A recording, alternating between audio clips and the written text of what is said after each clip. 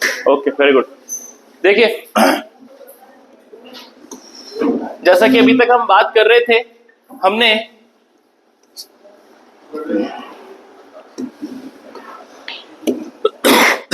हमने चार्ज को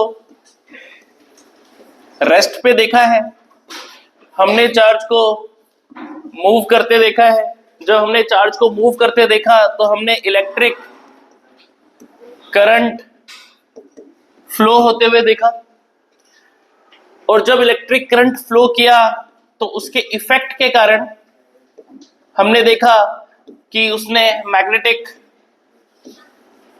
field produce की है, उसने मैग्नेटिक फील्ड प्रोड्यूस कर दी।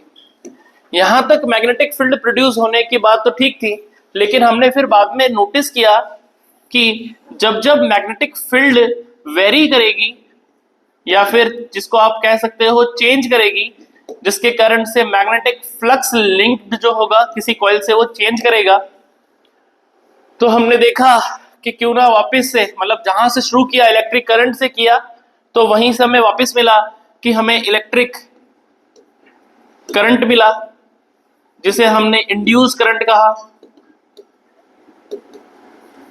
इंड्यूस्ड करंट बोला। और लास्ट टॉपिक जो मैं आपको कराया था उसके अंदर जो हमने देखा था कि जो फ्लक्स होता है that is called B A cos theta, जिसको मैंने B A cos omega T बना दिया था तुम्हारे सामने। इसको जब हमने डिफरेंशिएट किया तो we achieve a different type of EMF, जिसको मैंने इंड्यूस्ड ईएमएफ बोला, जिसका formula E naught sine omega T मिला, जिससे करंट का फॉर्मूला मुझे मिला था I naught sine omega T. तो जो ये दो करंट तुम्हारे सामने बन गए थे, जिनको मैंने डिटेल डिस्कस किया था कि जब मैं बात करूंगा इंड्यूस्ड, या फिर सिंपल बात कर लूं कि जब मेरे पास जो हमारा ईएमएफ आया था, ईएमएफ जिसको नाम तुमने लिखा था E is equal to E naught, जिसको अगर मैं डिटेल में थोड़ा सा बड़ा कर दूं, क्योंकि पहले तो इंड्यूस पर पढ़ रहा था, अब जनरेटर पढ़ रहा हूं फॉर द इंडस्ट्रियल पर्पस, तो मैंने बोला कि हाँ, जो ईएमएफ आएगा that is called E is equal to E naught, that is called peak value. अगर याद आ रहा है किसी को last topic, E naught sine omega T. ये मैंने एक फॉर्मूला आपके सामने लिख दिया था कि एक इस तरीके के जब जनरेटर से हम करंट प्रोड्यूस करवाते हैं, इंड्यूस करंट करवाते हैं, तो जो इंड्यूस्ड ईएमएफ मिलता है, कोई भूल रहा है ईएमएफ मुझे समझ नहीं आता तो ध्यान रखना, सिर्फ ये वोल्टेज वाली बात हो रही है। इसकी यूनिट क्या होती है? वोल्ट। यानी कि एक तरीके का जो सोर्स ऑफ एनर्जी मिला है वो क्या मिला है? E naught sine omega T. And जब हमने इसको और कैरी फॉरवर्ड किया तो मिला मुझे मेरा करंट, जिसका फॉर्मूला बना I naught sine omega T. तो आज तक, अभी तक, उससे पहले जब हम 10th क्लास में थे, फिर हमने करंट इलेक्ट्रिसिटी पढ़ी, तो मैंने पूछा कितनी वोल्टेज है, तो बोलता था 10 वोल्ट है सर, 12 वोल्ट है सर, इस तरीके की बातें करता था। यहां पे अगर आप चीज देखोगे तो ये चीज कैसी है? कांस्टेंट। कांस्टेंट को हम जो शब्द यूज करते हैं जिसको समझाने के लिए, हम बोलते हैं बात डायरेक्ट। क्या कहते हैं? डायरेक्ट। डीसी, अगर मैं बोल रहा हूं एक सेल मैं आपको दे रहा हूं, तो सेल आपको प्रोवाइड करेगा, क्या प्रोवाइड करेगा? ईएमएफ। कैसा? डायरेक्ट। तो आप बोलोगे डायरेक्ट सेल। क्या बात करोगे? Direct cell. या फिर उससे जो करंट बनेगा वो कैसा बनेगा? Direct current. Direct current, DC current, जो आपकी मोबाइल को चार्ज करता है, आपके लैपटॉप को चार्ज करता है, आपने बहुत घरों में जो भी करंट देखते हैं डिवाइसेस में जाता हुआ, वो सब कैसा होता है? डीसी। पंखा चल रहा है, किस पे चल रहा है? डीसी पे। नहीं सर, हम तो उसको एसी देते हैं। अरे तू एसी देता है, लेकिन जो उसकी मोटर लगी हुई है, जो कन्वर्जन लगी हुई है, वो उसको किस में कन्वर्ट करेगा? एसी से डीसी में कन्वर्ट कर लेता है। कोई ऐसा डिवाइस बताओ सर जो एसी में ही काम करता है, जिसके लिए जरूरत नहीं है मेरे डीसी बनाने की? कोई है? याद है? हीटर। सबसे सिंपल, सबसे सीधा। अगर आपने कभी किसी ने यूज किया है, उसमें कोई सर्किट नहीं होता, दो तार आते हैं और वो निक्रोम के तार से जुड़ जाते हैं, निक्रोम गर्म होकर लाल हो जाता है, आप उसमें खाना बनाओ, जो करना है करो। कॉइल टूट गई, पेचकस से उठा के उसको सेट कर लो, वापस चालू।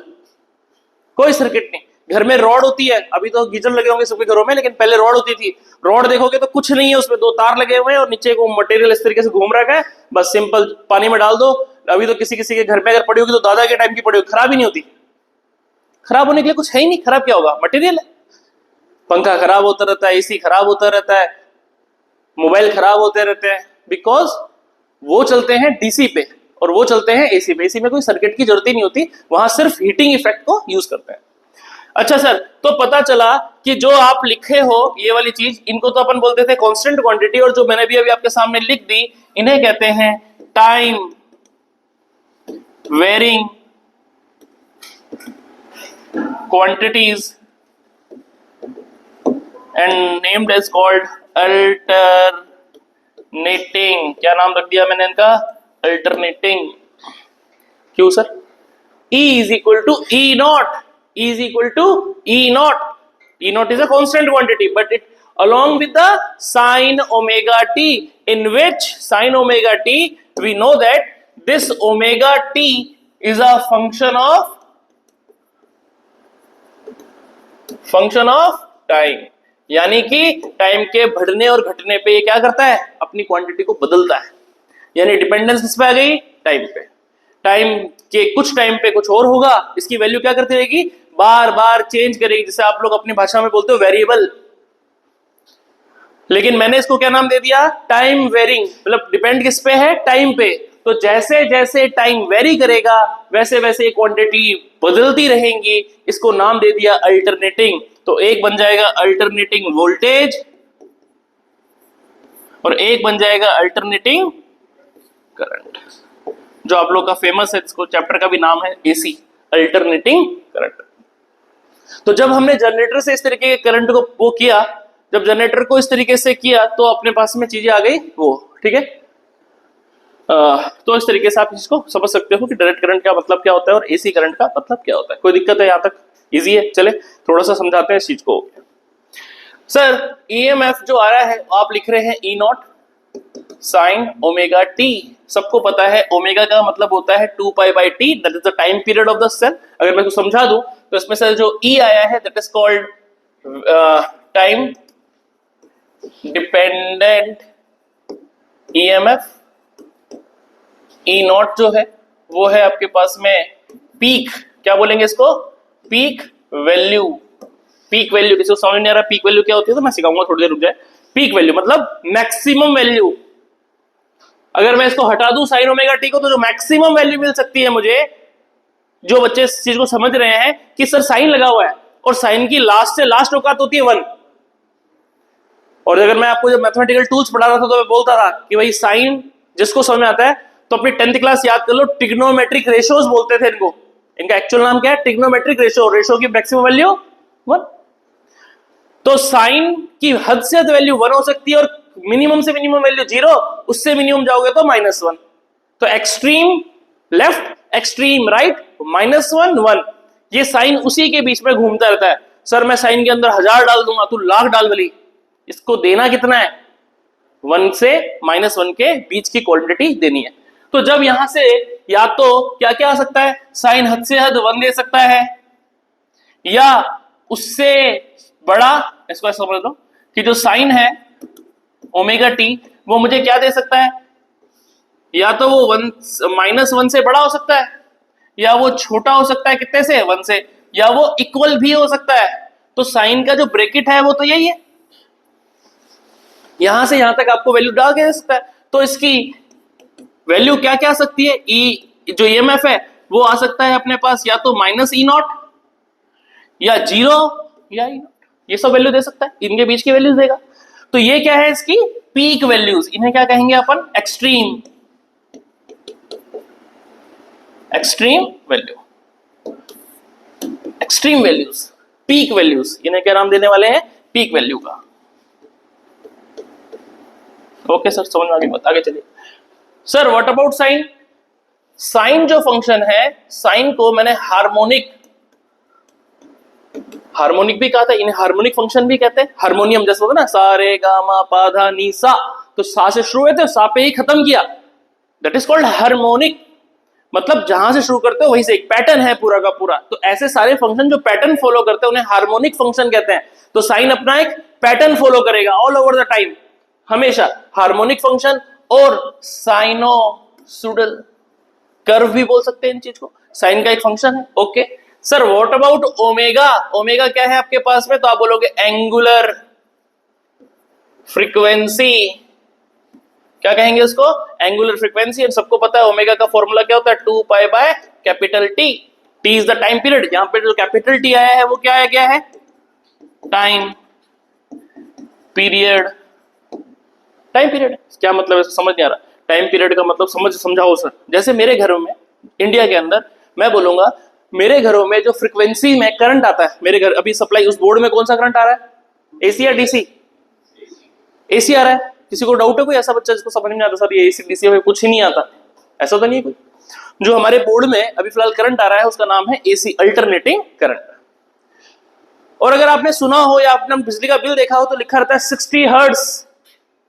60 हर्ट्ज यानी कि अगर मैं बात करूं इंडियन सोसाइटी की, इंडिया के अंदर जो हमारा आता है करंट घरों में वो आता है 240 volt 60 hertz. What about 60 hertz? 60 hertz frequency यानी कि एक सेकंड में 60 times, that is called frequency. ये अप होता है, डाउन होता है, अप होता है, डाउन होता है। यानी कि एक बार अप जाता है, फिर डाउन जाता है, फिर अप जाता है, डाउन जाता है। कितनी बार जाता है? एक सेकंड में 60 बार। एक सेकंड में 60 टाइम्स। एक सेकंड के अंदर 60 टाइम्स जाता है।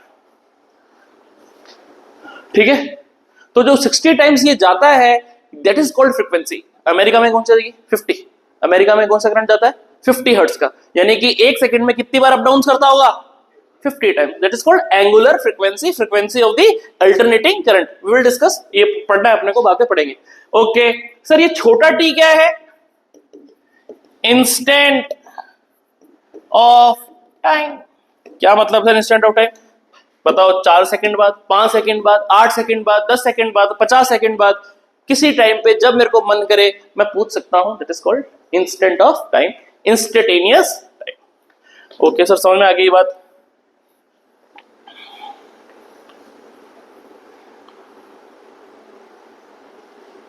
ठीक है, चलिए सर, जब ये बात समझ में आ गई कि इंस्टेंटेनियस करंट क्या होता है, इंस्टेंटेनियस किस तरीके से काम करता है, चीजें समझ में आई, तो सर अगर इसको मैं समझाऊं आपको तो क्या मैं इसे ग्राफ बना के दिखा सकता हूं? बिल्कुल सर। मान लेते हैं कि टोटल टाइम, जैसे अगर मैंने आपको बताया कि जो इंडिया है, इंडिया के अंदर जो टाइम जा रहा है वो कितना रहा है? 60 हर्ट्ज। मतलब कि एक सेकंड में 60 टाइम्स। तो टाइम पीरियड कितना हुआ? 1/60। तो टाइम पीरियड फॉर इंडिया कितना हो जाएगा? तो आप बोलोगे टाइम इज इक्वल टू हो जाएगा सर 1/60 सेकेंड। एक सेकंड का 60 टाइम कर लो, वो इसका टाइम पीरियड है। यानी एक बार करंट ऊपर जाता है, नीचे जाता है।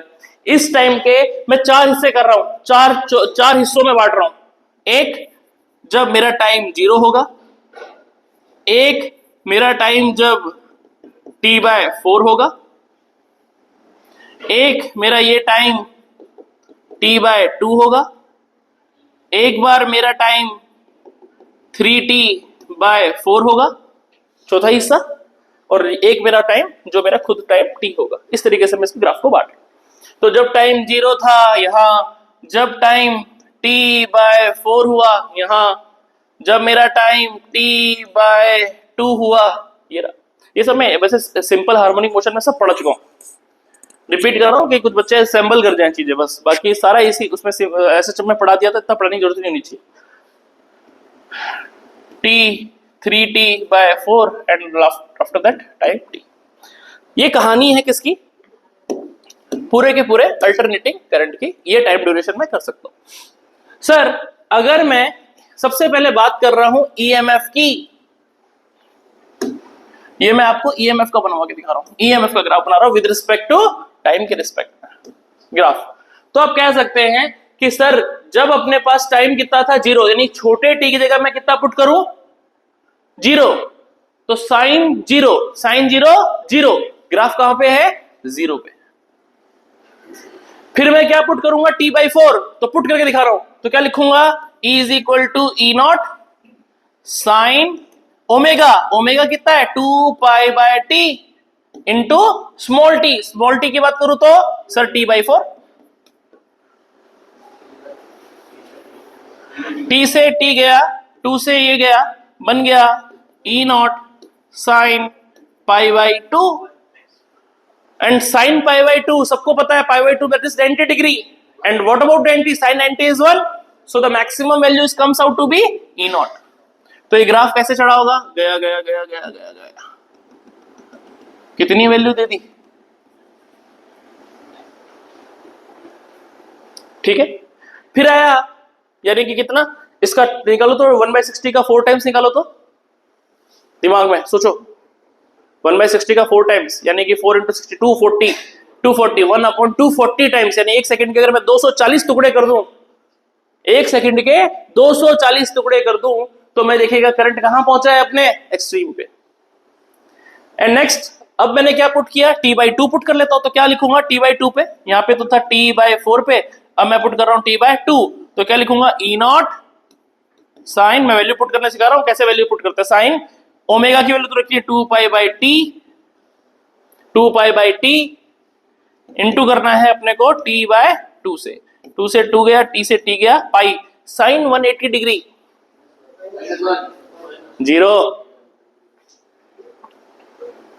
0 होती है। साइन पाई की वैल्यू, साइन 180 डिग्री की वैल्यू कितनी होती है? 0। तो ग्राफ क्या कर जाएगा? कहां गया? 0 पे। ठीक है, ओके, आगे चलो सर, अब पुट करके देखते हैं सर। आपका this is called positive curve, ये क्या कहलाएगी तुम्हारी? Positive curve, positive current. अच्छा सर आगे चलिए, 3t/4 पुट करके दिखाइए तो सर, कर लो। E इज इक्वल टू कितने पे? 3t/4 पुट कर रहा हूं, करना सिखा रहा हूं सिर्फ। देखो ई नॉट रखोगे, साइन लिखोगे, 2π/t लिखोगे, this is called omega, and what about t? छोटे t की जगह लिखोगे 3t/4, t से t उड़ाओगे, 2 से 2 उड़ाओगे, मिल गया आपको आपका epsilon not, sorry E naught sine पाई, और कौन सा वो भी? 3π/2, 3π/2, 3π/2 अगर होशियार है 90 × 3, 180 इंटू प्लस है 270, 270 सबकी वैल्यू सबको सिखा रखी है मैंने।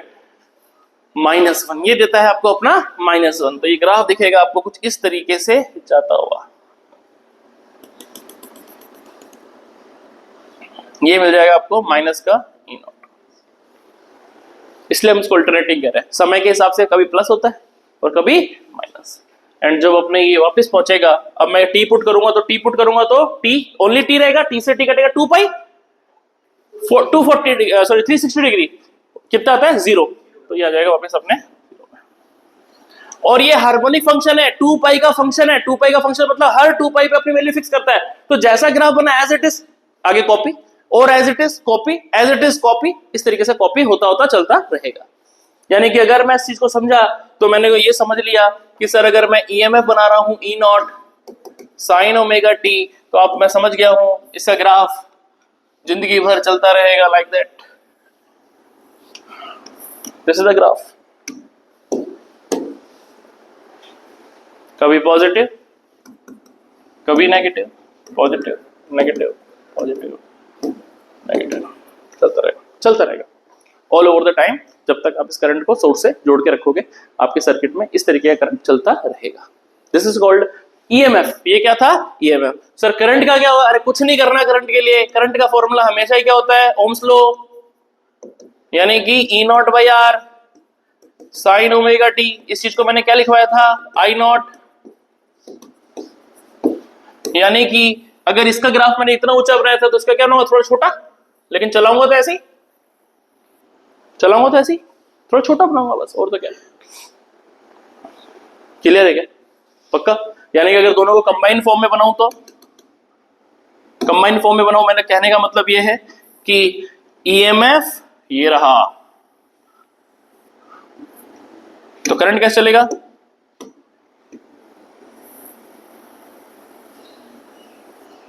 समझे? एक साथ जब करंट 0 था, ईएमएफ 0 था, करंट भी 0।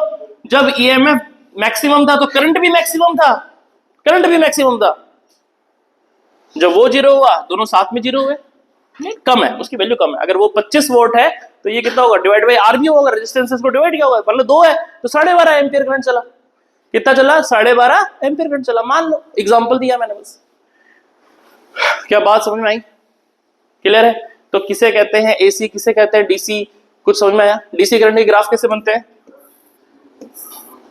सिंपल, 2 एम्पियर करंट 2 वोल्ट सीधा चल रहा है, जितना है उतना ही रहेगा, टाइम वेरिंग नहीं है, टाइम के साथ में कोई वेरी नहीं करता, फिक्स रहता है, इसलिए कहते हैं डायरेक्ट, और इसको कहते हैं अल्टरनेटिंग करंट या अल्टरनेटिंग ईएमएफ। बोलो कोई डाउट है तो, किसी प्रकार का डाउट, किसी भी प्रकार का कि नहीं सर समझ नहीं आ रहा या कुछ और नहीं है बता दो, हो गया, चले आगे। जब ये सब बातचीत हो रही थी तो वेरी फर्स्ट समस्या ये आई लोगों के पास कि सर अभी तक तो नाप लेते थे, मेजर कर लेते थे कि सर्किट में करंट जा रहा है, कितना जा रहा है, एमीटर लगाया, एमीटर ने रीडिंग बता दी 2 जा रहा है, क्या जा रहा है, 2 वोल्ट है, 2 एम्पियर है, बोल दिया, नाप लिया। ये इन्हें कैसे नापे, ये तो है ही नहीं, जब पकड़ने जाऊंगा तो आगे निकल जाएगा, कोई फिक्स ही नहीं है, टाइम के साथ तो वेरी कर रहा है। मैंने पूछा बता कितना करंट जा रहा है, एम्पियर, कितना एम्पियर करंट फ्लो कर रहा है, कैसे बोलूं सर, अभी तो आपने सिखाया, कभी तो प्लस है, कभी माइनस है, कभी मैंने बोला 2 एम्पियर जा रहा है, कभी बोला 1.6 जा रहा है, कभी बोला आपने 0 जा रहा है, कभी 0.5 जा रहा है, कभी नेगेटिव -1.6 जा रहा है, वैल्यू पकड़ने के लिए है ही नहीं। तो जब इस तरीके की वेरिंग चीज आ जाती है, वेरिएबल चीज आ जाती है, तो हम आते हैं अपनी किस पे, एवरेज पे। किस पे आते हैं, एवरेज, कि मुझे नहीं पता कितना जा रहा है तो एवरेज निकाल लेता हूं कि किसी टाइम ड्यूरेशन में कितना एवरेज करंट गया। अब मैं रोड पे नहीं बैठ सकता, आज मैं बैठा रोड के ऊपर कि चलो आज इस ये सामने जो गंगाना रोड है जो भी है इसके ऊपर चेक करते हैं कि कितना ट्रैफिक जाता है, बैठ गया कॉपी लेकर, रोज 10 बाइक गई, 8 कारें गई, नापा, क्या अगले दिन भी उतना ही जाएगा क्या, कोई गारंटी नहीं। तो मैं क्या करूंगा, एवरेजन, औसतन इस रोड पर इतना ट्रैफिक पाया जाता है, ये मेरी स्टेटमेंट होगी, एवरेज बोलना पड़ेगा मुझे। तो जब कोई चीज वेरी करती है उसको कांस्टेंट हम बता नहीं सकते, तो हम यूज लेते हैं किसका, अलजेब्रा का, और वहां हम बोलते हैं मीन वैल्यूज निकालना या फिर एवरेज वैल्यू निकालना। तो आज वेरी फर्स्ट टॉपिक में जो आपको करा रहा हूं that is called mean value, value of AC, mean value of AC, यानी मीन को मतलब समझ सकते हो किससे, एवरेज वैल्यू से, किससे, एवरेज वैल्यू से, कि इसकी मैं एवरेज वैल्यू निकालना सिखा रहा हूं। एवरेज वैल्यू निकालोगे किसकी, एसी की निकालोगे, अच्छा ठीक है, बहुत अच्छी बात है, निकालते हैं। कैसे निकालोगे सर, ये रहा अप, ये रहा डाउन,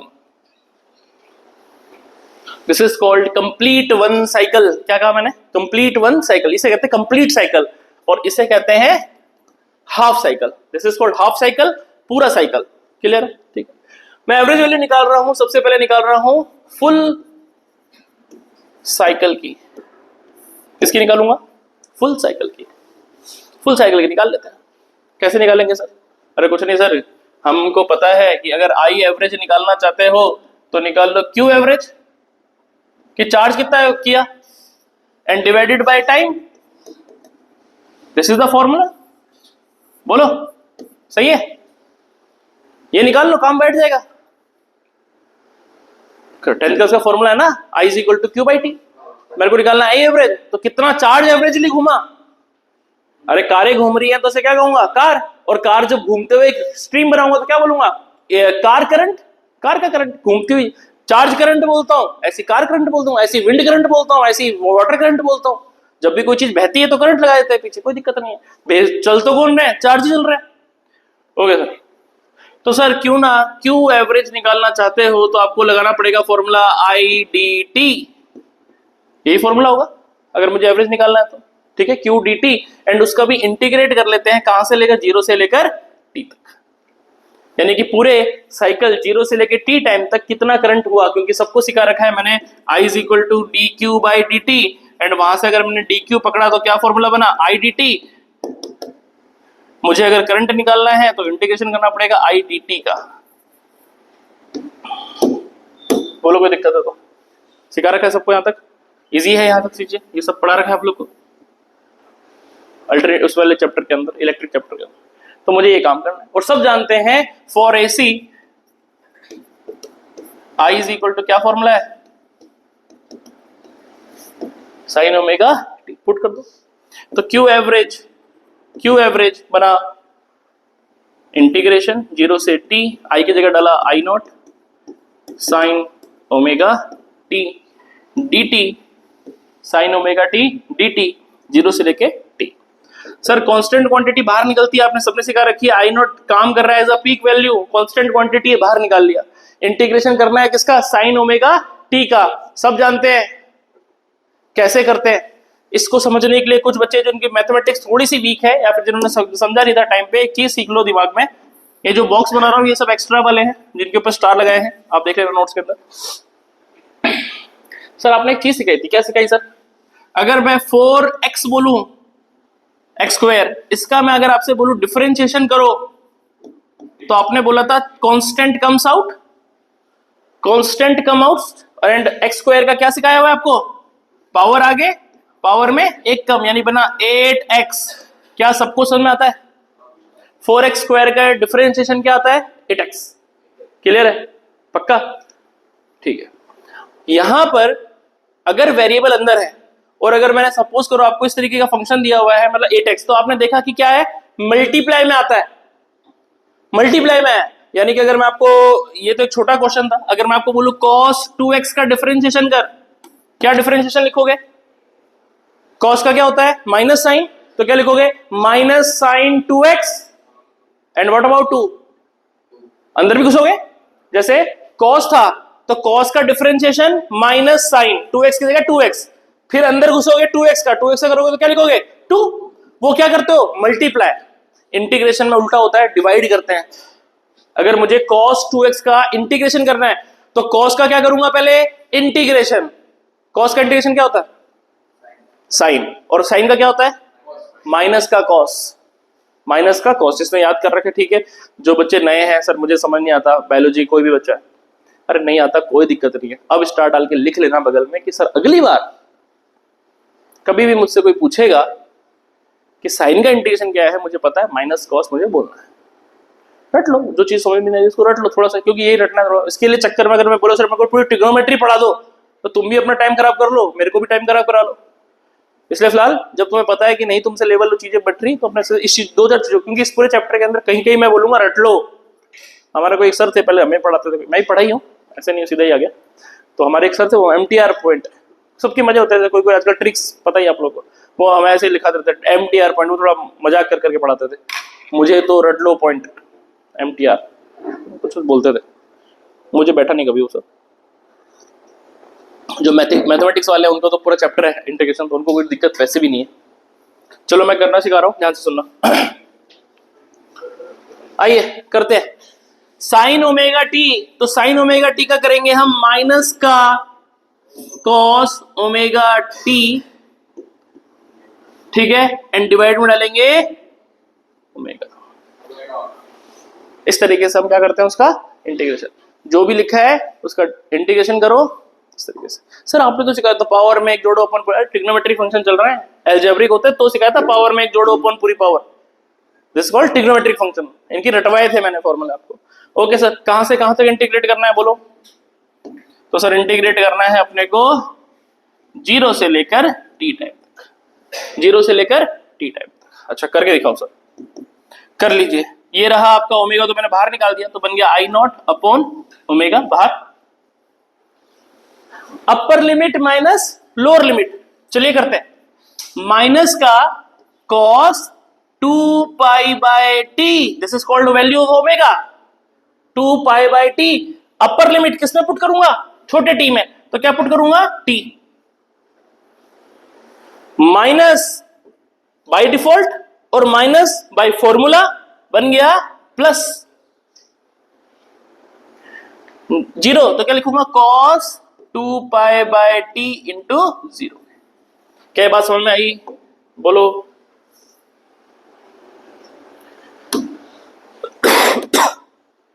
क्या बात समझ में आ गई, पक्का है, इजी है। सर t से t गया, यहां तो 0 ही था, तो बन गया आई ए, आपका बन गया इतनी जो मैंने बात करी, क्यू एवरेज बन गया आपका I naught by omega in bracket minus का कॉस 2 पाई प्लस कॉस 0, cos 0 is और cos 2 pi is 1 also. Sir -1 +1, अरे माइनस को भूलो एक बार के लिए. cos 2 pi 360 की वैल्यू कितनी होती है cos की 1. समझ लो 360 पे अपनी रिपीट करेगा वैल्यू, जो 0 पे होती है वो 2 पाई पे होती है. कोई भी चीज रिपीट करती है 2 पाई पे अपने आप को. तो 0 से 1 पे शुरू हुआ था, 1 से गया और वापस जाके 1 पे खत्म हुआ, तो 2 पाई पे वैल्यू क्या होती है 1.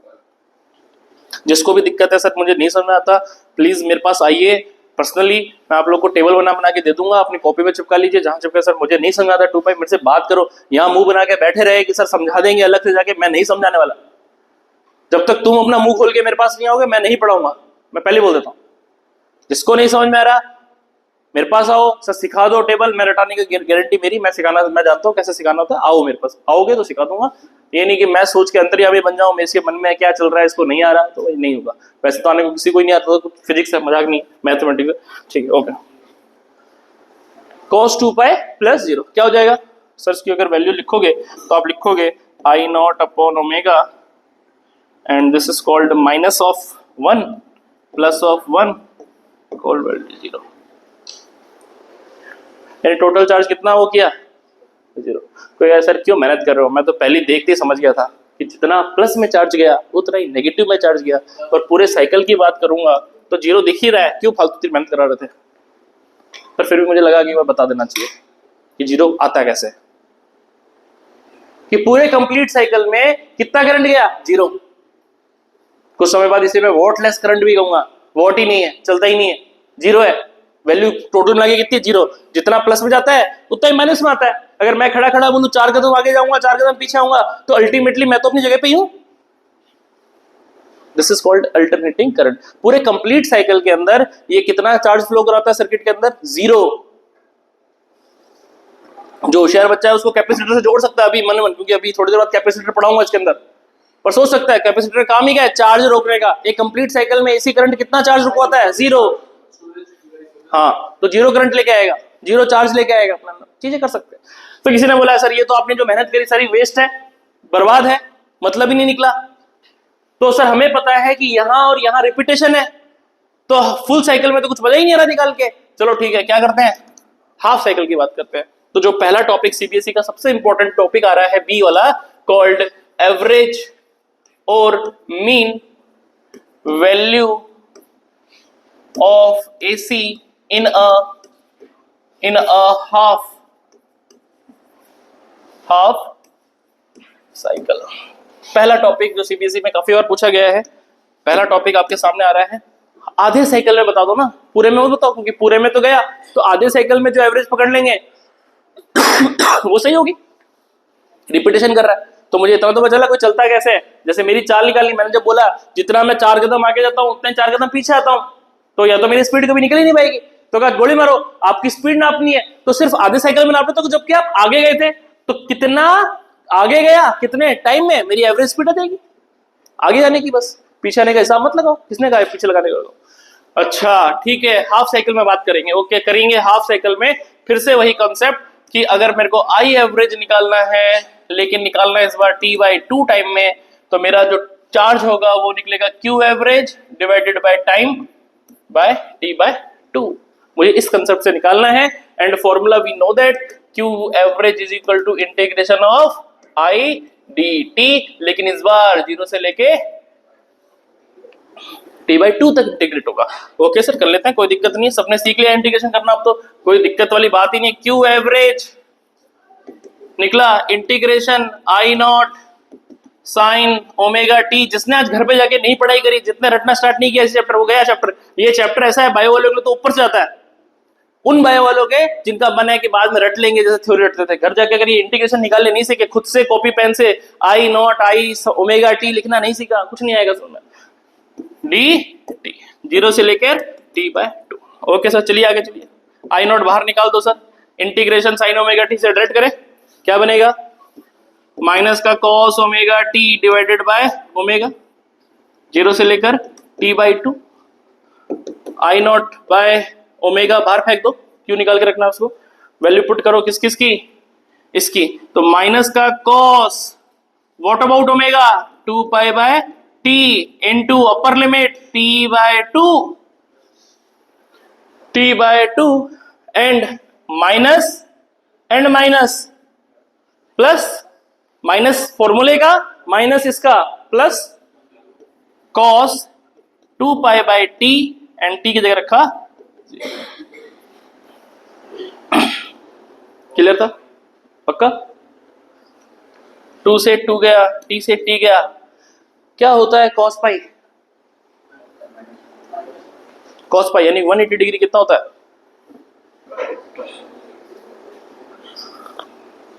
अरे जब समझ में आता है ग्राफ, अलग से ग्राफ बना लिया करो, ज्यादा नहीं आता, यहां पे शुरू होते हैं 0 कब पे, 90 पे, 180 पे -1, कितना हो जाएगा -1, तो क्यू एवरेज बन जाएगा आई नॉट अपॉन ओमेगा, माइनस तो पहले से था, यहां से -1 और आया, प्लस cos 0 कितना होता है 1 होता है, सारी कहानी बन गई 2i0 upon omega, this is called Q average in a half cycle. मैं नहीं चाहता उस बच्चे को पढ़ाना, आईआईटी वाले बच्चे से सुनते रहे, कैपेसिटर में पूछ लिया चार्ज कितना है हाफ साइकिल के अंदर, इतना चार्ज आता है, Q is equal to CV, जब फॉर्मूला लगाना लगा लेना, Q is equal to CV, capacitor का फॉर्मूला जब भी यूज करना पे आ जाए अपनी बात। एक आधे साइकिल में कितना चार्ज फेंकता है इसी current, I0 upon omega. Sir चलो इसको कर लेते हैं, सर हमको चाहिए आई एवरेज, और आपने सिखाया आई एवरेज का Q average divided by T by 2, put करो वैल्यू, तो 2I0 upon omega 2 pi by T, 2 pi by T, ठीक है, और इसको मार दे पलटी, तो ये बन जाएगा 2 बाय टी, ठीक है, और इसका मतलब ये टी को उड़ाएगा। बेसिक मैथमेटिक्स आती है सबको, क्लियर, इजी है बेटा, कॉपी तो रख ले सामने, या तो कैमरे पे देखिए कुछ बुद्धिजीवी बैठ रहते हैं, उनको लगता है कुछ नहीं पढ़ाते क्लास के अंदर, और सोचेंगे कुछ नहीं पढ़ाते, कॉपी ले लो, पेन, एक्टिंग करते रहो, हल्का हल्का लिख रहे हैं।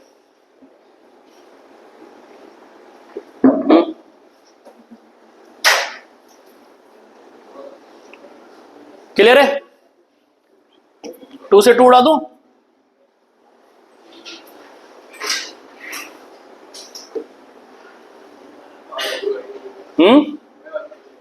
नहीं समझ में नहीं आ रहा कैसे उड़ा, टी से टी उड़ा, समझ में नहीं है, पक्का, इसको समझ, इसको कैसे कर लोगे, 2I0 अपॉन 2 पाई, तो ठीक था, टी गए ऊपर मार के, गलती मार के टी ऊपर चला गया, और जब इनको गलती मरवाई थी तो 2 ये रहा अपॉन टी ये रहा,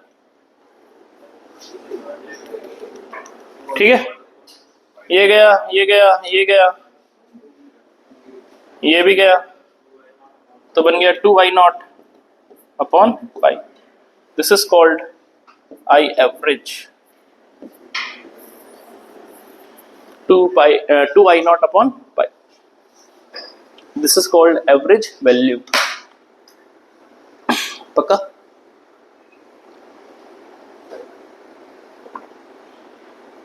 इस वैल्यू को आप 0.63 करके भी आएगी आपके पास वैल्यू, इसे देखना एक बार, इसमें दे रखा है बुक में आपके, इंडक्शन में बैठा है तो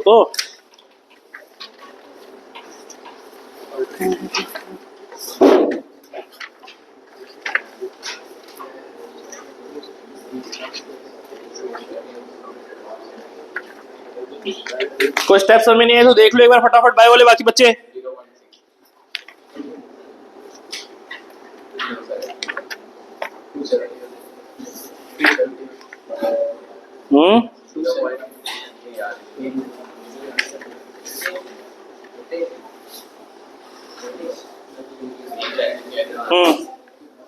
कितनी आ जाएगी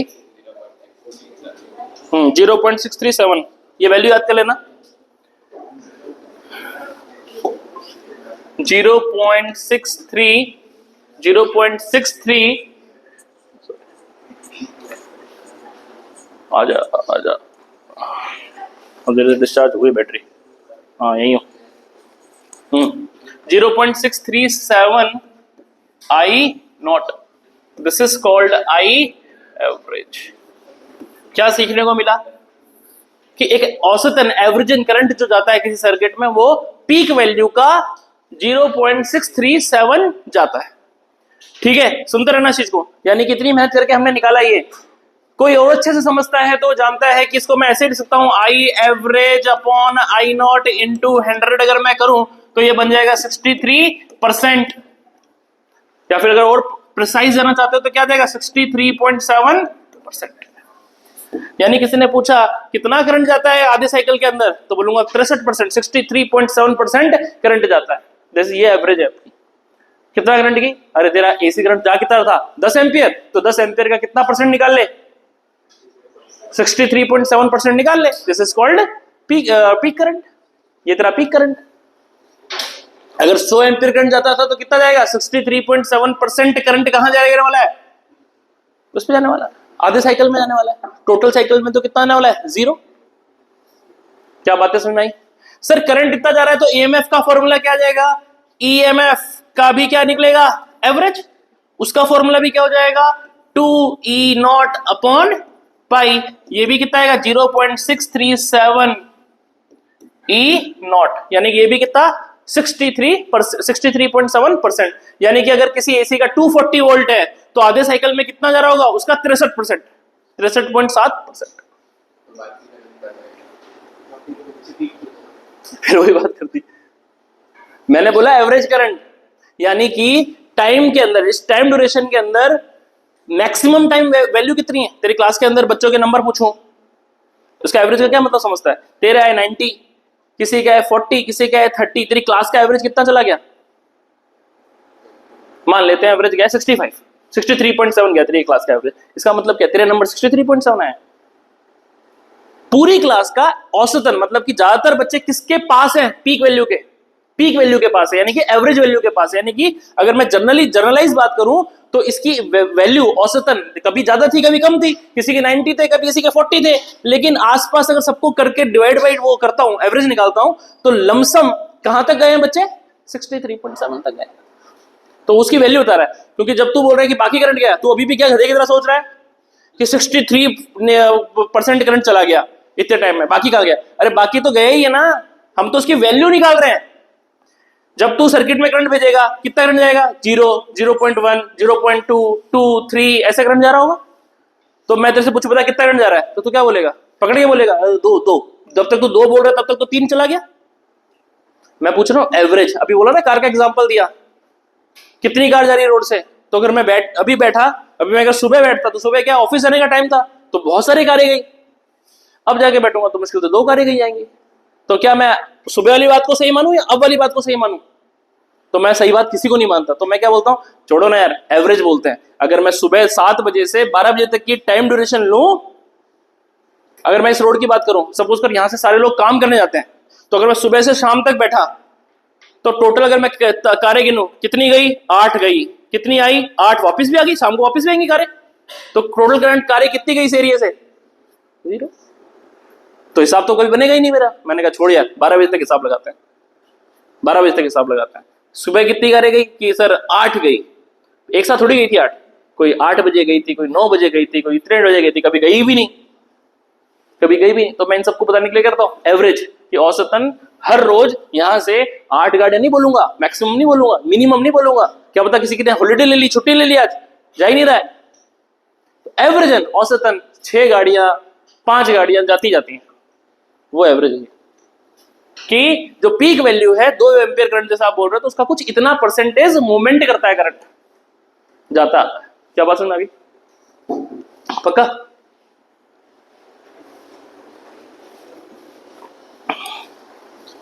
ये इंपॉर्टेंट टॉपिक था, बहुत बार पेपरों में आ गया। एवरेज वैल्यू फाइंड करो करंट की, कितनी वैल्यू आती है, 63.7% आती है। ठीक है, अभी भी लोग खुश नहीं हुए, अभी भी लोग खुश नहीं हुए, जो साइंटिस्ट थे उन्हें लगा कहीं ना कहीं गड़बड़ है, कहीं ना कहीं गड़बड़ है, एवरेज मजा नहीं आ रहा। अच्छा, कब मजा आएगा सर? सब एटॉमिक पार्टिकल की बातें कर रहे हो, छोटे छोटे पार्टिकल्स की बातें कर रहे हो, KTG kinetic theory of gas में चले जाओ, केमिस्ट्री में घुस जाते हैं। अरे क्यों जा रहे हैं केमिस्ट्री में? जाने दो सर, मजा आता है। अच्छा, वहां वेलोसिटी मेजर करते हैं, किसी ने सुना है? रूट मीन स्क्वायर, आरएमएस, मैंने तो सिखाई है, इसलिए मैं अपनी तो बात करता नहीं, जिसको गिने नहीं गिने। केमिस्ट्री में बहुत बड़ी बात है आरएमएस निकालना, हर चीज में आरएमएस निकलती है, सीखिए आरएमएस निकालना।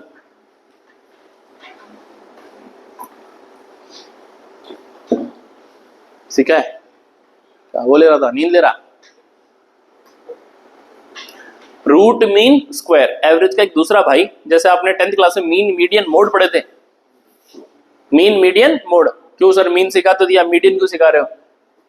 These are called central tendencies।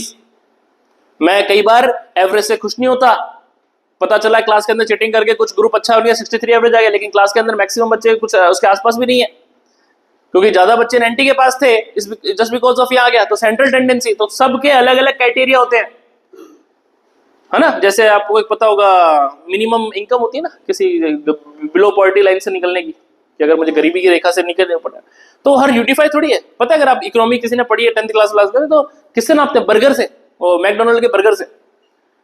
पता आपने सुना है, इकोनॉमी पढ़ी है किसी ने?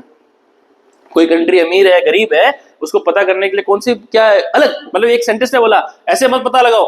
McDonald is good example.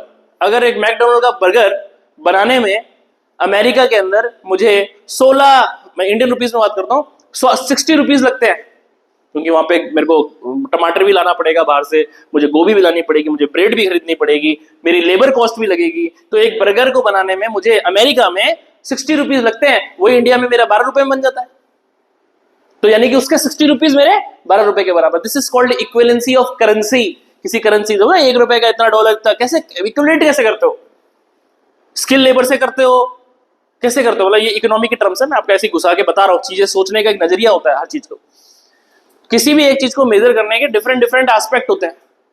Average निकाला, मजा नहीं आ रहा, किसी ने कुछ बोला दूसरा तरीका निकालते हैं इसकी वैल्यू, क्योंकि देखो वैल्यू बहुत टिपिकल है निकालनी, क्योंकि टाइम वेरिंग है, चेंज कर रही है बार बार, पकड़ ही नहीं पा रहे, तो उसको ढूंढने के तरीके ढूंढ रहे। तो एक साइंटिस्ट ने बोला एवरेज निकाल लो, निकाल के दिखा, एवरेज निकाल दिखा दिया। कंप्लीट साइकिल में 0 आ रहा था, आधे साइकिल में 63.7% आ रहा है।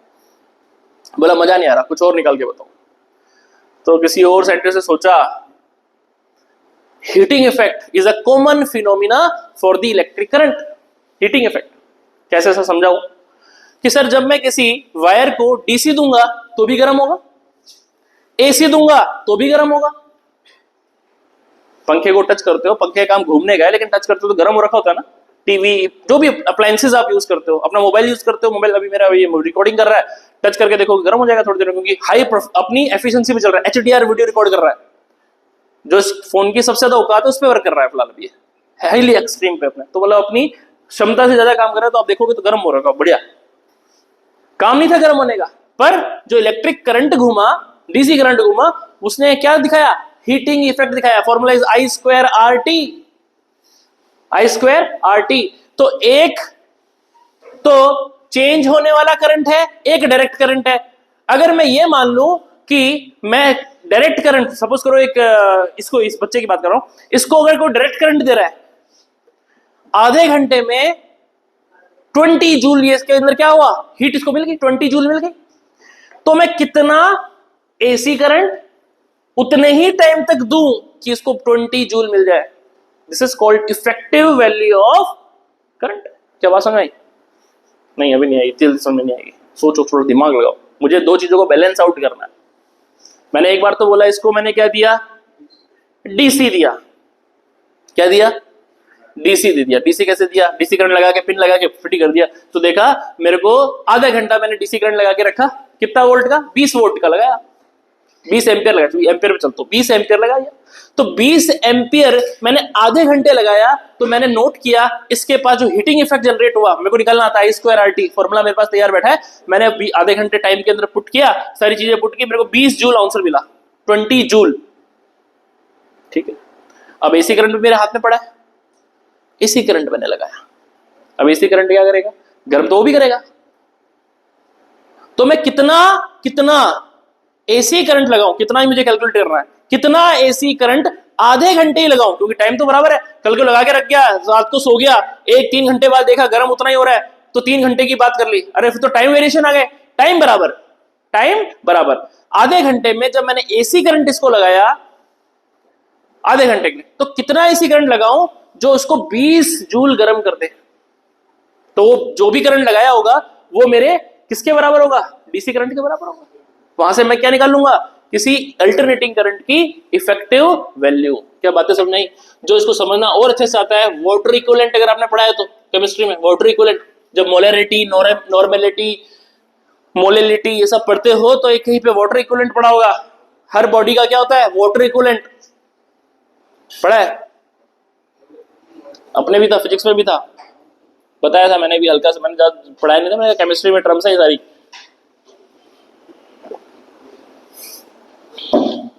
ठीक है, वाटर इक्विवेलेंट भी ऐसे निकालते हैं कि वाटर कितना गर्म करने पे वाटर हो रहा है, मतलब वाटर का वेट उसके मेजर बराबर, कि इस बॉडी का जितना वेट है उतना कितना वाटर लूं जो उसके इक्विवेलेंट हो जाए, तो दिस इज वाटर इक्विवेलेंट।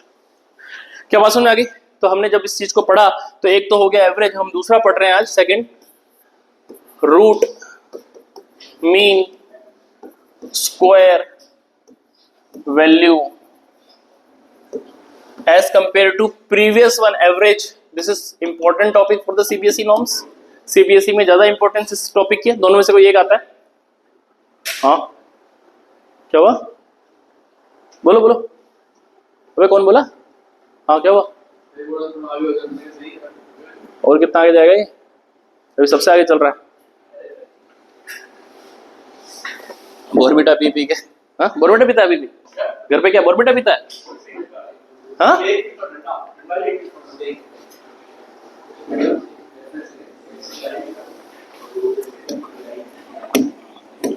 इधर देखिए,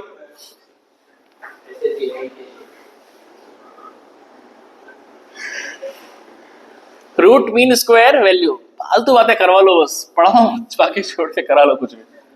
हाँ, रूट मीन स्क्वायर वैल्यू निकालना सिखा रहे हैं। ज्यादा मैं बातें आपको समझा रहा हूं। कोई पर्टिकुलर बॉडी है, कुछ रेजिस्टेंस है, इसको एक बार आप क्या देंगे, डीसी, डीसी देंगे तो बनेगा आई स्क्वायर आर टी। ठीक है, एक बार मैं इसको दूंगा कौन सा, एसी, तब भी बनाएगा आई इफेक्टिव, जो उसकी मैं वैल्यू निकालूंगा आई आर एम एस की, आई स्क्वायर आर टी, इस तरीके से। ठीक है, दोनों वैल्यूज को क्या करूंगा, कंपेयर करूंगा, कंपेयर करके आई इफेक्टिव निकाल के दिखाऊंगा। This is called root mean square value निकाल के मैं आपको दिखाने वाला हूं। ठीक है, ध्यान से देखेंगे। सबसे पहले इसकी लैंग्वेज में समझा देता हूं आप लोग को। Consider a resistive body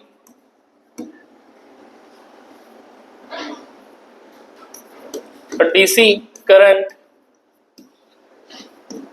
is as effective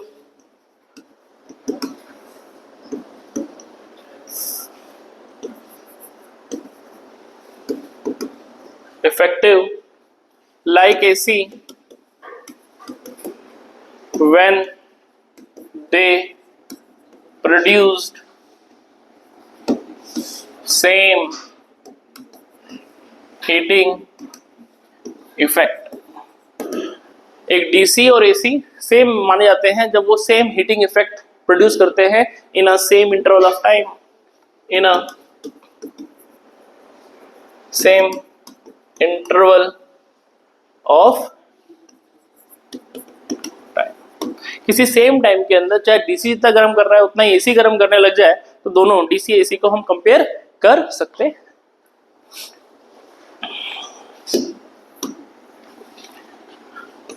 I effective square जो मैं निकालने वाला हूं, R T is equivalent to I square R T. वो भी क्या, स्मॉल इंटरवल ऑफ टाइम के अंदर बात करने वाला हूं।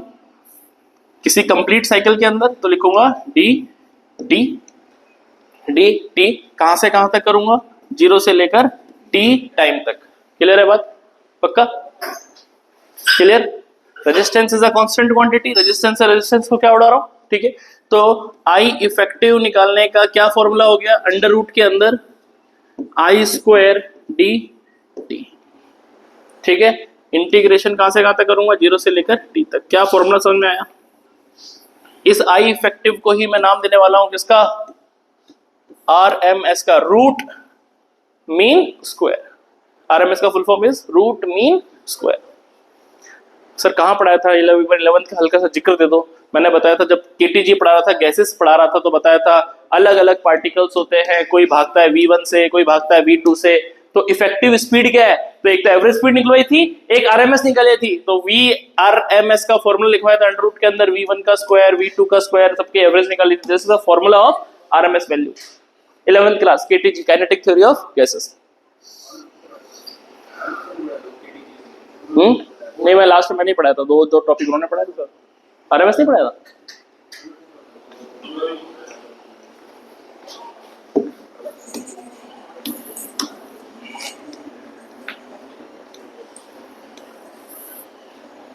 नहीं करता क्या काम, बैक साइड से करेगा।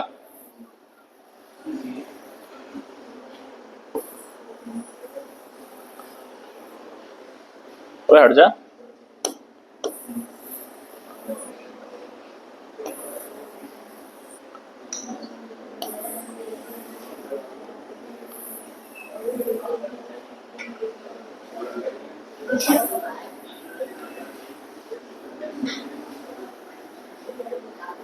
बोलो बात समझ में आ गई क्या।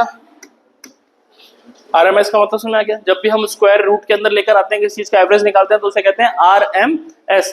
तो फॉर्मूला तैयार है अपने पास। जब हमें आई आरएमएस निकालना है तो मुझे इंटीग्रेशन करना है रूट के अंदर, इंटीग्रेशन करना है 0 से लेकर टी तक। किसका किसका कर रहे हैं, आई स्क्वायर डी टी का। वो तो आर तो मैंने उड़ा दिया, डी टी का। चलिए करेंगे सर, कैसे करेगा भाई, रूट लगाएंगे 0 से लेकर टी तक लगाएंगे। यार मैं एक बार काम करूं क्या, मैं बार बार रूट लगाना थोड़ा अच्छा नहीं लग रहा। एक काम करते हैं, हम इसको I R M S square बोल दूं, इस तरफ रहने देता हूं, रूट लगाता नहीं हूं, बार बार निकालना अच्छा लगेगा। बन गया आई स्क्वायर डी टी इंटीग्रेशन 0 से लेके टी। करें आगे, चले थोड़ा सा लॉजिक, थोड़े से मैथमेटिक्स ध्यान से सुनेंगे सभी। ओके, आई स्क्वायर आता है सर, आई की value I naught sine omega T put करेंगे sir, I naught sine omega T का होल स्क्वायर डी टी, ठीक है, 0 से लेकर टी। बोलो कोई दिक्कत है तो, हाँ ओके। रिपोर्ट, आई नॉट का स्क्वायर बाहर, इंटीग्रेशन में फंस गया 0 से लेके T, sine square omega T D T. चलिए ये हो गया काम। अब साइन स्क्वायर का इंटीग्रेशन कितना होता है भाई, कुछ भी बोल देता हूं, -1 cos कुछ तो आएगा। करा दिया सर ने, कराया वैसल सर ने कराया। कैसे फॉर्मूला यूज करेंगे, डायरेक्ट तो होगा नहीं, ये तो इंटीग्रेशन पावर में 1 जोड़ो अपन पूरी पावर। कैसे करते हैं, स्टेप्स कौन से यूज करोगे, कौन से स्टेप्स यूज करोगे,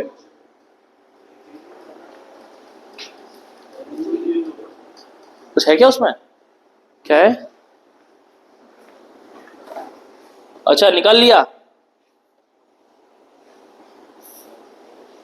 हाँ सर ठीक है, वेरी गुड। इधर देखिए, आई आर एम एस करने वाले हैं, sine square omega T D T है। ध्यान से देखेंगे फटाफट कैसे करेंगे सर, क्यों ना ट्रिक यूज की जाए, ऐसे तो साइन बैठेगा नहीं, बायो वाले रटेंगे, सीधा स्टेप मारेंगे, यहां से सीधा स्टेप आंसर लेके आएंगे तो भी कोई दिक्कत नहीं है। मैथ्स वाले सुन लें, मैं करना बता रहा हूं प्रॉपर कैसे करते हैं, उसके बाद मैं बताऊंगा कहां से कहां रट के सीधा वैल्यू डाल सकते हो। सॉरी, साइन स्क्वायर है सर, आपने एक फॉर्मूला सिखाया था, कौन सा फॉर्मूला, cos 2x वाला, cos 2a का एक फॉर्मूला बनाया मैंने, cos 2a, सबको सिखाया मैंने 1 माइनस 2 साइन स्क्वायर a लिखा करो, जहां लिखे cos 2a वहां हम यूज करते हैं 1 minus 2 sine square a। Okay sir, यानी कि क्या मैं 2 साइन स्क्वायर a को 1 माइनस cos 2a लिख सकता हूं? बिल्कुल लिख। क्या मैं साइन स्क्वायर a को 1 माइनस cos 2a अपॉन 2 लिख सकता हूं? लिख, जितना मन करे लिख सकते हैं, कोई दिक्कत नहीं है। हाँ, इसका इंटीग्रेशन करना मुझे आता है, अभी थोड़ी देर पहले बात की थी मैंने, कर लेंगे, अब कर लेंगे। ओके सर, तो इसका मतलब होता है कि अगर ए एंगल है तो 2a लिख, यानी 30 है तो 60 लिख, ओमेगा टी है तो 2 ओमेगा टी लिख, डबल करके लिखते, 2 हाफ एंगल, इसको कहते हैं हाफ एंगल फॉर्मूला। जब मैंने ये बात करी,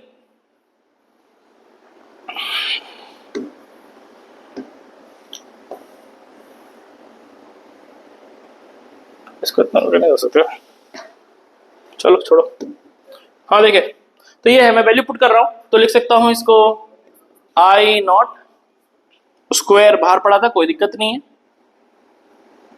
इसे लिख सकता हूं इंटीग्रेशन 0 से लेके t, इसे लिख रहा हूं 1 minus cos 2 omega t divided by 2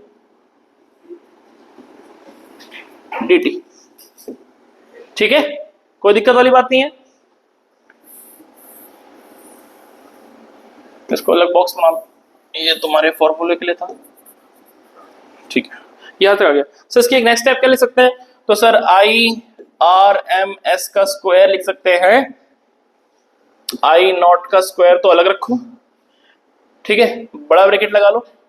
एक इंटीग्रेशन तो 1/2 को, तो कैसे दूंगा? इंटीग्रेशन 1/2 कहां से कहां तक? 0 से लेकर t तक dt माइनस इंटीग्रेशन 0 से लेकर t cos 2 omega t dt, ये कर लो अलग।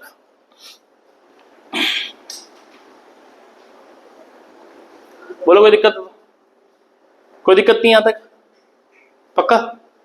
मैथ्स वाले और बायो वाले, मैथ्स वालों ने भी शायद ही सुनी वो चीज, वो मैं बताता हूं। मैंने बताया था आपको, physics is a quicker version of mathematics. Sir अगर साइन की बात करोगे, ग्राफ होता है ये, कॉस की बात करोगे, ग्राफ होता है ये। अच्छा ठीक है, या चलो इसको एक्स्ट्रा सिखाता हूं मैं, चलो थोड़ी एक्स्ट्रा सिखाता हूं तो मैं आज चीजें। ये लो, मैंने बोला साइन ओमेगा टी का ग्राफ बनाओ, लो भैया ग्राफ ही रहा। मैंने बोला कॉस ओमेगा टी का ग्राफ बनाओ, ये रहा। मैंने बोला साइन स्क्वायर ओमेगा टी का बनाओ, साइन स्क्वायर ओमेगा टी का कैसे बना सकते हैं? बना सकता है भाई, कुछ नहीं करना, पॉजिटिव वैल्यू कर देगा। ये तो पॉजिटिव थी, नेगेटिव का स्क्वायर होगा तो positive. Graph looking like this, graph look like this, but what about cos also?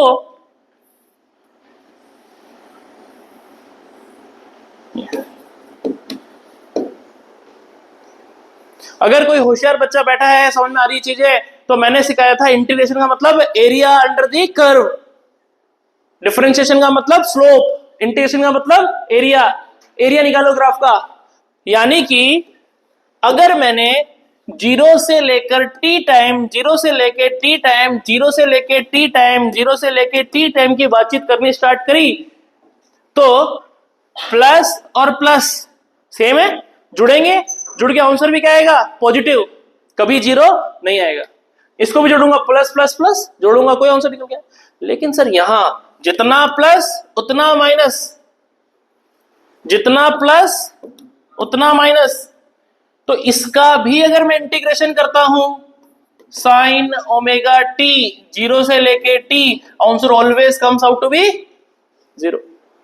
इसका भी करता हूं इंटीग्रेशन cos ओमेगा टी 0 से लेके t, answer comes out to be 0। अच्छा सर यहां पे अगर 2 लगा दूं तो 2 क्या 3 क्या 1000 लगा, आंसर तो 0। इतनी अगर बात समझ में आ गई तो तुम बायो वाले सीधा रट सकते हो, लिखने की जरूरत ही नहीं है कि सर इसको इंटीग्रेशन कैसे करेंगे। It's all values comes out to be cos single function की, कॉस सिंगल फंक्शन या साइन सिंगल फंक्शन की 0 से 2, 0 से t टाइम में ट्रिक किस क्या है, 0 से t, 0 से t/2 कर दिया तो गलत हो जाएगा मामला। फुल साइकिल के अंदर वैल्यू कितनी होती है 0। खत्म, बात ही खत्म कर दी सर। अच्छा, जैसी बात खत्म करी तो बना आई नॉट स्क्वायर,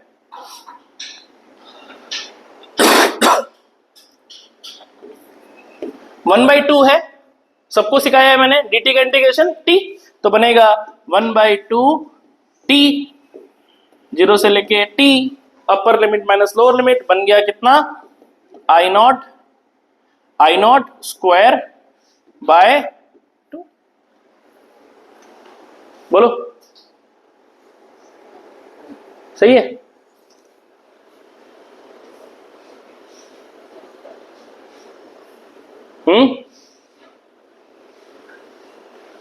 ठीक है, आई नॉट बाय 2, और ये आ जाएगा तुम्हारा, ये तो 2 तो बाहर निकल गया, t का हो जाएगा ओनली t। ये आएगा इंटीग्रेशन वैल्यू, ये किसकी वैल्यू जाएगी IRMS की स्क्वायर की वैल्यू, RMS के स्क्वायर की वैल्यू इतनी आ जाएगी, upper limit minus lower limit किया तो इतना। ठीक है, बोलो समझ में आ गई बात? क्लियर है, कोई दिक्कत नहीं है? फिर तुम ओमेगा कहां से लेकर आओगे, एक ओमेगा और लेकर आना ना, पाई आ रहा है 0/√2 आएगा, अच्छा t से t कट जाएगा। देखो फिर IRMS की जो वैल्यू निकाली थी अपन ने, यहां से आई इफेक्टिव तो t और था, ये टोटल टाइम था जब अपन ने वैल्यू निकाली थी, तो आई इफेक्टिव r dt इसके बराबर आया था, तो ये वाला टाइम भी कितना आ जाएगा, t यहां चलता रहा, साथ में चलता रहेगा टाइम, सॉरी यहाँ पे t और चल रहा है साथ में IRMS, और यहाँ पर आ जाएगा तुम्हारा t, और इस t से ये क्या चला जाएगा, ठीक है, ये t भी चल रहा है ना तुम्हारा, IRMS निकालोगे जब, तो इफेक्टिव किसका, डीसी का, तो क्या लिखोगे इफेक्टिव आई स्क्वायर आर टी, टी वो टोटल टाइम कितना चल रहा है कैपिटल टी, ये क्या था एसी का, एसी का कितना था आई स्क्वायर आर डी टी, तो इसको तो किया इंटीग्रेट, इसको किया तो ये आर से आर तो पहले काट दिया था, इस टी से वाला टी भी कैंसिल आउट कर देना, तो तुम्हारे पास जो वैल्यू बची लास्ट कुल मिलाकर, यहाँ पे यहाँ लिख देता हूँ मैं एक्यूमुलेट करके, तो तुम्हारे पास आई आर एम एस बन गया अंडर रूट के अंदर आई नॉट का स्क्वायर बाय 2, ये वैल्यू बनेगी तुम्हारी आई नॉट रूट से बाहर निकला, अंडर रूट में क्या बनेगा 2, and 1/√2 is very important quantity, value भी सिखाई है, इसे कहते हैं 0.707, इसे क्या कहते हैं 0.707।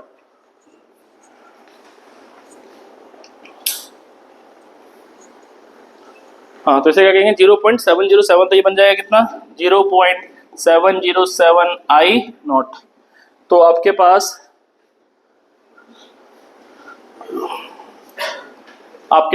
IRMS की वैल्यू कितनी आ गई, आई नॉट बाय रूट 2, ठीक है, इसकी वैल्यू कितनी लिखोगे 0.707 आई नॉट, तो जैसे वो 63 पॉइंट समथिंग आई थी, ये कितनी आ जाएगी IRMS upon I not into 100 लगा दूं, यानी परसेंटेज में निकाल दूं, तो ये बनेगा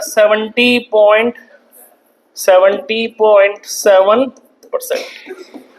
This is called RMS value, and same as EMF, RMS EMF, तो यानी कि ERMS की वैल्यू भी कितनी आ गई 0.707 times off peak value of EMF। ठीक है, तो आज आप लोगों ने क्या सीखा, सिर्फ इसकी एवरेज वैल्यूज निकालनी सीखी, सेंट्रल टेंडेंसी सीखी आपने इस तरह के। बंद कर देना।